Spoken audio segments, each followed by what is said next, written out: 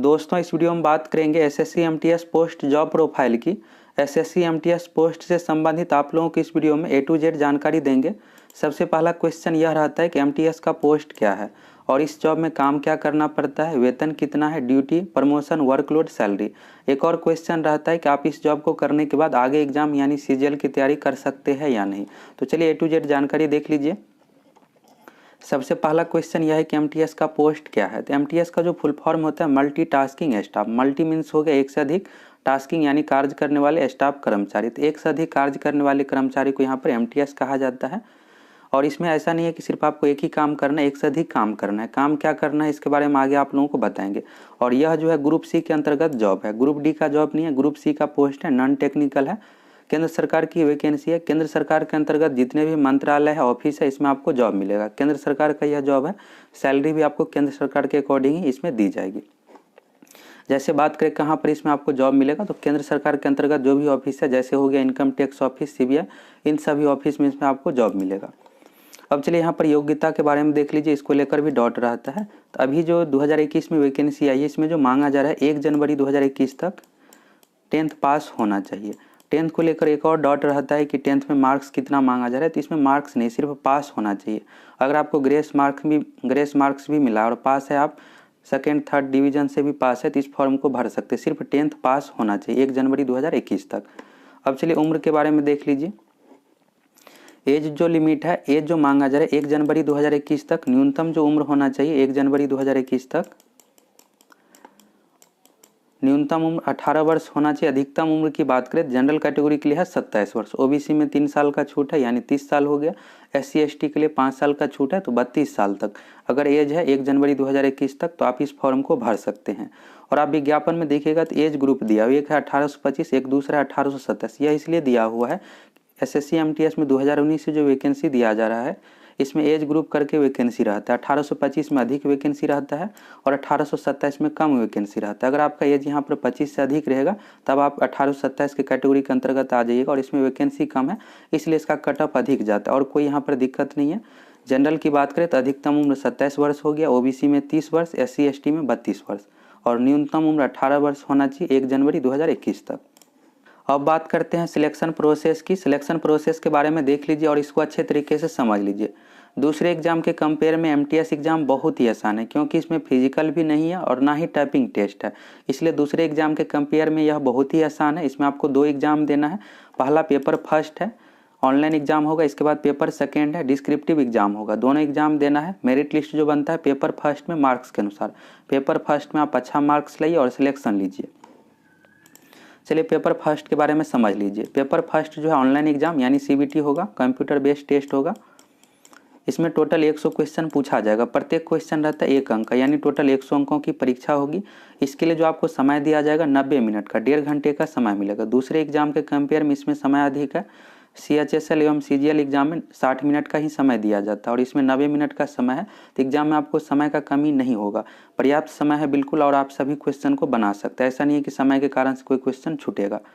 Negative marking की बात करें तो 0.25 मार्क्स है, यानी 1/4 निगेटिव मार्किंग है। अगर आप 4 क्वेश्चन गलत करते हैं तो एक आपका सही क्वेश्चन कट हो जाएगा। और एसएससी के सभी एग्जाम में 1/4 ही निगेटिव मार्किंग है।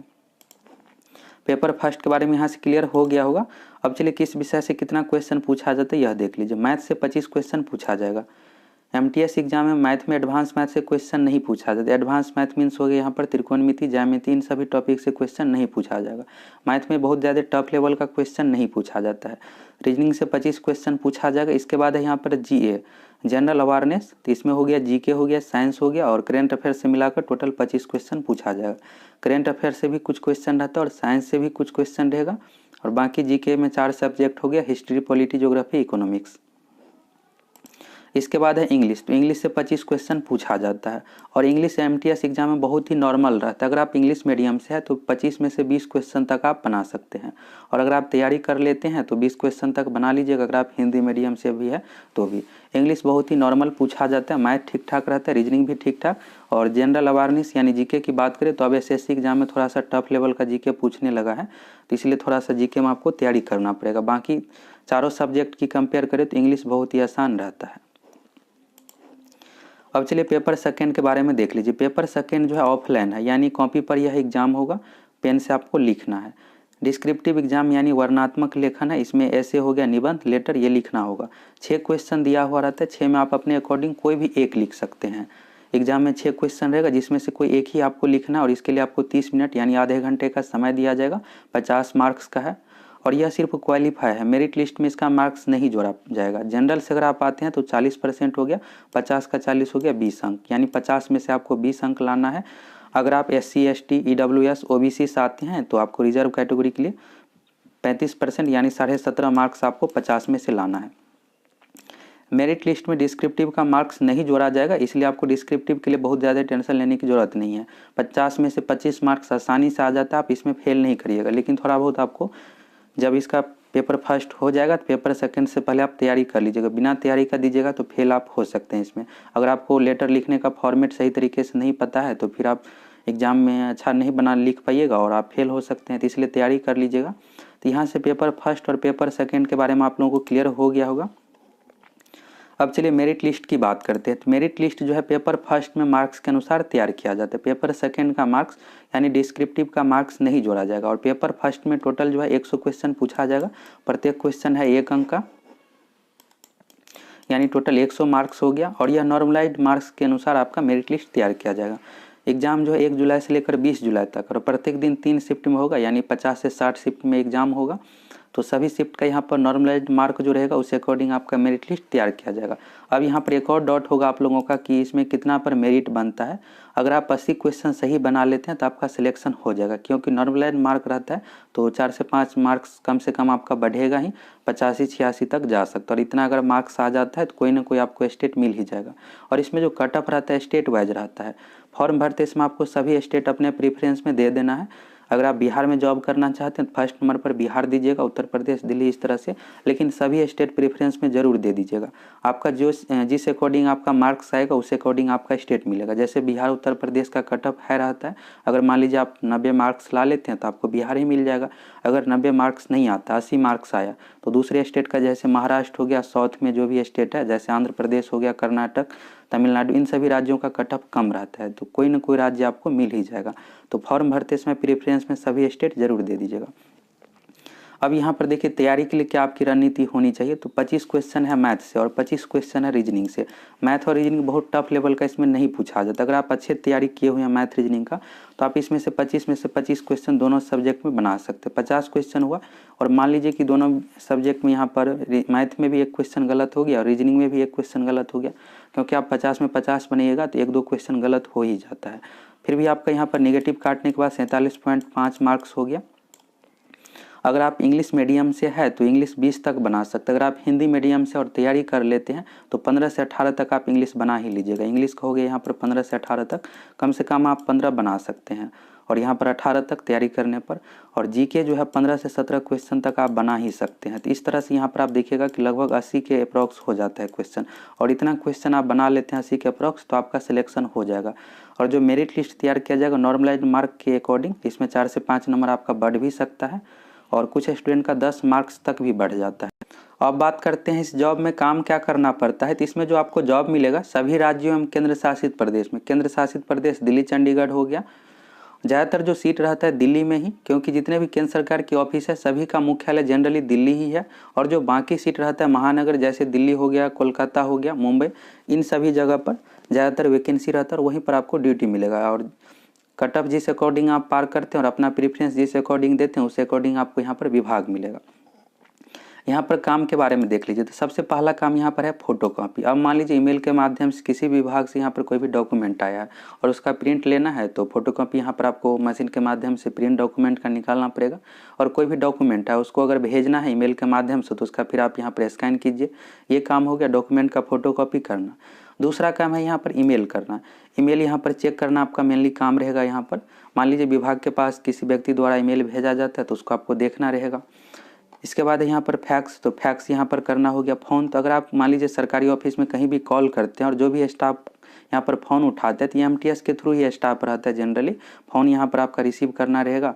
इसके बाद फाइल का, तो सबसे मेन जो काम है यहाँ पर फाइल, आपके जो भी यहाँ पर सीनियर है ऑफिसर है, अब आपका जो काम रहेगा यहाँ पर मेन रहेगा फाइल को अरेंज करना। और मान लीजिए जो भी आपसे फाइल मांगा जाता है यहाँ पर उस फाइल को आपको देना। किसी विभाग से संबंधित आपसे कहा जाएगा ये फाइल ला कर देने के लिए, तो फाइल आपको देना है। और एक रूम में मान लीजिए एक ऑफिसर है यहाँ पर, दूसरे रूम में कोई और दूसरा ऑफिसर है, तो उसके पास आपको यहाँ पर डॉक्यूमेंट ले जाकर, फाइल ले जाकर वहाँ पर देना पड़ेगा। इसके बाद है यहाँ पर स्पीड पोस्ट, यानी डाक हो गया। अब यहाँ पर कोई भी डॉक्यूमेंट किसी दूसरे विभाग के पास भेजना है तो ये आप ही का काम रहेगा यहाँ पर स्पीड पोस्ट करना या फिर डाक के माध्यम से भेजना, रिसीव करना, ये सभी जनरली काम है यहाँ पर। इसी से रिलेटेड आपको काम करना। और यहाँ पर एक और डाउट रहता है क्या इसमें साफ सफाई, झाड़ू पोछा ये भी काम करवाया जाता है, तो ये बिल्कुल भी नहीं करवाया जाता। यह जो MTS का पोस्ट है ग्रुप सी के अंतर्गत है, ग्रुप डी का पोस्ट नहीं है। ये काम आपको बिल्कुल भी नहीं करना पड़ेगा। जितने भी सरकारी ऑफिस है उसमें साफ सफाई के लिए सफाई कर्मचारी अलग से बहाली की जाती है। आपका जो मेन काम यहाँ पर है फाइल को अरेंज करना, यही मेन काम है। फोटोकॉपी हो गया, ईमेल, फैक्स, फ़ोन रिसीव करना, और डाक जो भी यहाँ पर आता है डाक के माध्यम से डॉक्यूमेंट को रिसीव करना, भेजना, यही सब काम है। साफ सफाई बिल्कुल भी काम नहीं करवाया जाता है। अब चलिए वेतन के बारे में देख लीजिए। तो इसमें जो वेतन मिलेगा आपको 7th पे कमीशन के अनुसार, यह लेवल 1 का जॉब है, ग्रेड पे 1800 है। केंद्र सरकार का यह जॉब है, तो केंद्र सरकार के अकॉर्डिंग आपको HRA यहाँ पर मिलेगा, हाउस रेंट मिलेगा, TA DA सब कुछ केंद्र सरकार के अकॉर्डिंग मिलेगा। तो सबसे अधिक जो सैलरी रहता है महानगर जैसे दिल्ली हो गया, तो दिल्ली में आपको जो सैलरी मिलेगा 28 से 29 हज़ार के अप्रॉक्स में यहाँ पर आपको सैलरी मिलेगा। और दूसरे सिटी की बात करें, बिहार की बात करें पटना, तो पटना में आपको 24 से 25 हज़ार तक, 26 हज़ार तक आपको सैलरी मिल सकता है। दिल्ली के कंपेयर में कम रहेगा सैलरी, लेकिन दोनों एक ही हो जाता है। इसलिए हो जाता है कि मान लीजिए आपका जॉब यहाँ पर पटना में होता है, पटना दिल्ली के कंपेयर में सस्ता है, यहाँ पर खर्च भी आपको कम ही होगा, रूम का भी रेंट आपको कम ही लगेगा। दिल्ली में मान लीजिए आपका जॉब होता है 3 से 4 हज़ार सैलरी अधिक है, लेकिन आपको खर्च अधिक हो जाएगा, तो दोनों एक ही हो जाता है। आपको कहीं भी जॉब मिलेगा तो इससे कोई फ़र्क नहीं पड़ेगा। तो 28 से 29 हज़ार तक आपको दिल्ली में सैलरी मिलेगा। अगर दूसरे शहर में होता है तो 25 से 26 हज़ार तक आपको सैलरी मिलेगा। सैलरी भी यहाँ से आपको क्लियर हो गया। अब चलिए ड्यूटी के बारे में देख लीजिए। तो यह केंद्र सरकार के अंतर्गत जॉब है, और जो भी ऑफिस है सरकारी ऑफिस 10 बजे खुलता है, 10 बजे से 4 बजे का टाइमिंग है। तो 10 बजे से 4 बजे तक आपको ऑफिस टाइमिंग में यहाँ पर ड्यूटी करना है। अब चलिए वर्कलोड के बारे में देख लीजिए। दूसरे जॉब के कंपेयर में MTS पोस्ट में बहुत ही कम वर्कलोड है।